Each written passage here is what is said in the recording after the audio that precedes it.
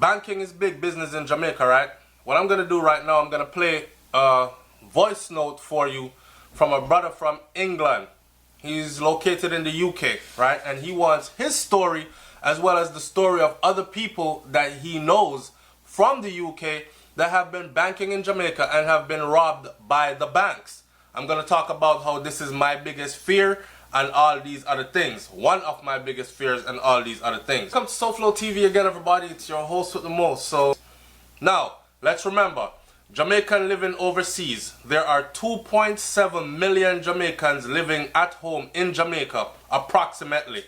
Right? That was the official estimate as of February of 2008. We're into 2018. Right? Of that number, an equal amount of Jamaicans live overseas. So if we have approximately 2.7 million Jamaicans living overseas, check this out. Jamaicans living abroad last year sent home approximately 2.6 billion US dollars. So yes, there is big business in banking in Jamaica, right? Now, this brother's story goes like this. Listen to the story and then we're going to talk a little bit more. See it here? Listen, you need to do a program on the bank them in Jamaica or stealing people money from them account. Yeah? If a person put $1 million in the bank, within a year, the bank keep drying out their money with some unscrupulous, unnecessary charges. It's not fair. Poor people can't keep no money in the bank of Jamaica. All those banks in Jamaica, from Nova Scotia, all of them, they're doing the same. Yeah? If I'm gonna try to save some money in an account, the bank keep going into it and taking out money with some unscrupulous charges, unfair charges when necessary. Yeah? Me living in the UK, I may have 3 bank accounts. I may have an account where I not touch the account then. None at all. And for about 4 years, I have money in that account. And the same amount in there, the bank don't go in there to take out not even a penny. That's the UK. In Jamaica, people can't keep their money in the bank in peace. A man put some money in the bank and leave it and go check on it for a year after. When they go back, it finish, the bank take out the money. Me leave account in Jamaica with money in it. And when I went back there, the account not exist. The money done out of it and the account closed down. Even when I show them a bank card, them say there's no record there on the system that me need have an account there. And the government not doing anything to protect the people them of Jamaica with the money with them having at the bank.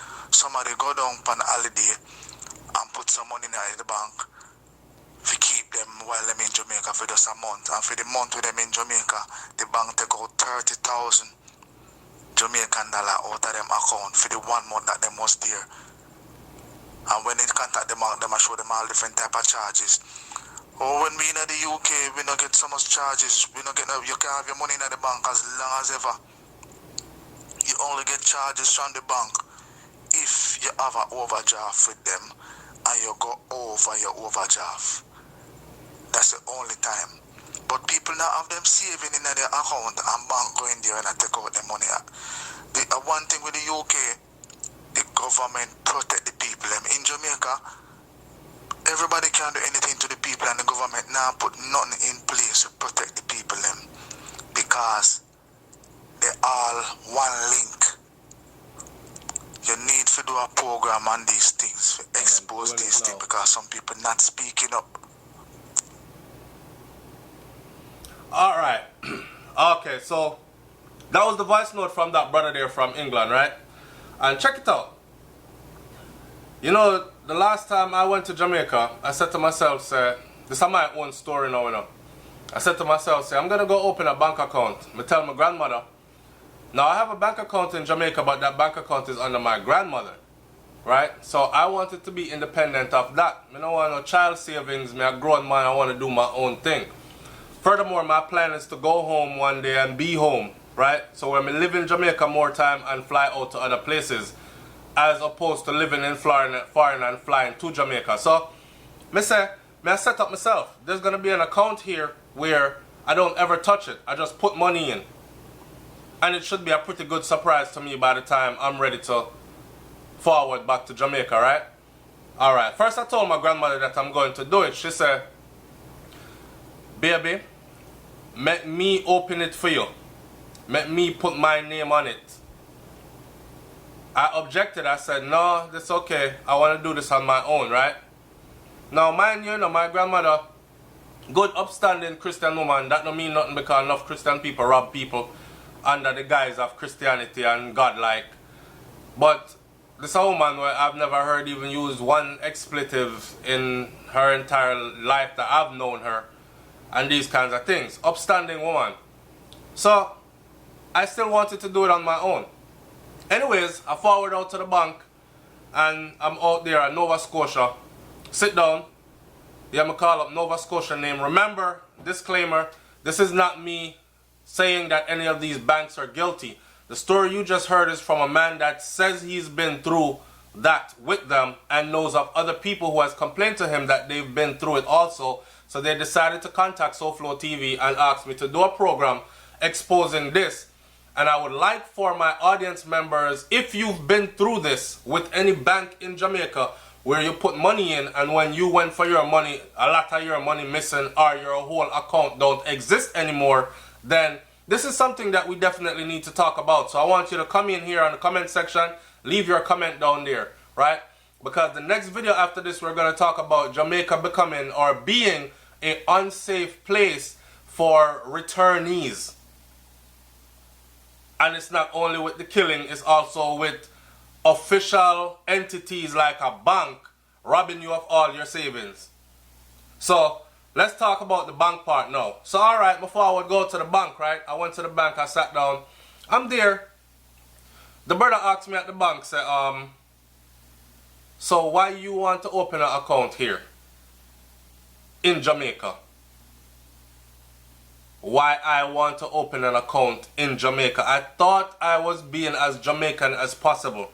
I don't know if I was speaking with an accent that gave it away that I was not living in Jamaica or I had just been there to visit, right?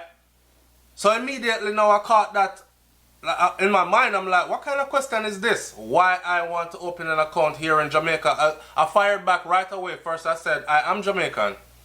Him say, yeah, but I mean, why you want to keep an account here in Jamaica? So me switch it up now. I say, brother, yes, I'm born and growing right down there, so.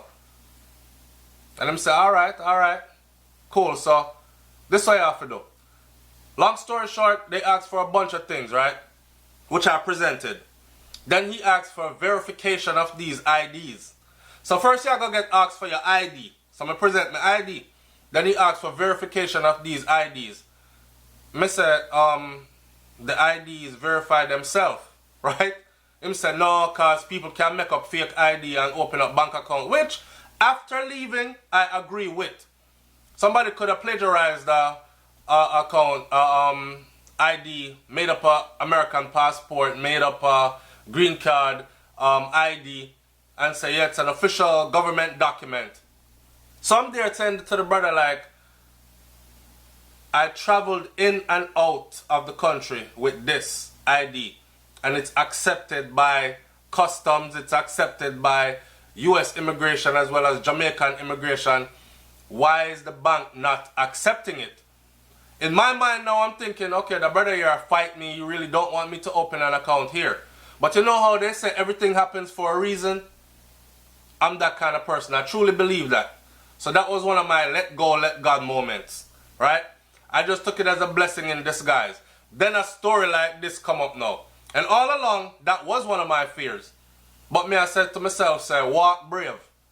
Go and put the account there anyways because I don't hear anybody else complaining about what you fear. But now I'm hearing those complaints. So I don't know if it was a blessing in disguise because I would hate to have, could you imagine working overseas all these years? You sacrificing, you're up here upon a ramen noodle diet. And I eat all kind of frigga because it's cheap. and you sending home, looking forward to your day where you can actually go home and live like a king, right? Because you can afford it. Not to go show off on nobody, you know, but you know, say you relax on your day of yard. Beach day can be almost every day because bills don't worry you and these kinds of things. Could you imagine when you reach the whole of your money gone, somebody looking at you and telling you, but our records show no record of you ever having an account here. People must have gone mad. People must have put out hits on people. Me want somebody dead. These kind of things. And I know people are going to say, nah, it's money. Life is more important than money. I understand that. And I do think life is more important than money. But can you imagine working your whole life and saving your whole life? And then you reach up in age where you can't go stand up and do no 9 to 5 again. And you're robbed of everything you have worked for. So what I want my audience to do is to comment in the comment section below and let me know if this has ever happened to you, or do you know of any of these things. Conversations like these help all of us who are living overseas and are planning on returning. And like I've said in other videos, as bad as them said Jamaica be and as bad as we see from the outside, things are going down there, we still not feel like so now we're better than we are. Right? So, in essence then, we are actually planning on going home eventually. Even though somehow we feel like so we have to go hire a security team or get some big gun on the property and put up all kind of security measures in order to keep our life safe, but we still would prefer to be in our birthland. Don't forget, like I start the video out saying, because a lot of people seems to be under the impression that Jamaica is broke. And I'm trying to tell you that it's not. Don't forget, 2.7 million Jamaicans living overseas. And in 1 year, Jamaicans abroad sent home approximately 2.6 billion with a B,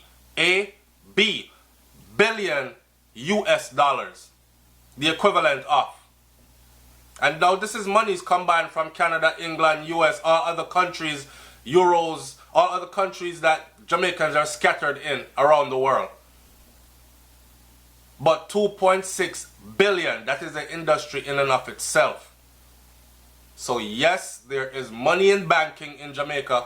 And if you just barely skim off some interest off a 2.6 billion annually, you yourself could be living pretty high off the hog. The SoFlo TV, man, leave your comment in the comment section below. Let me hear what you got to say about this one. I'm up out of here. Peace.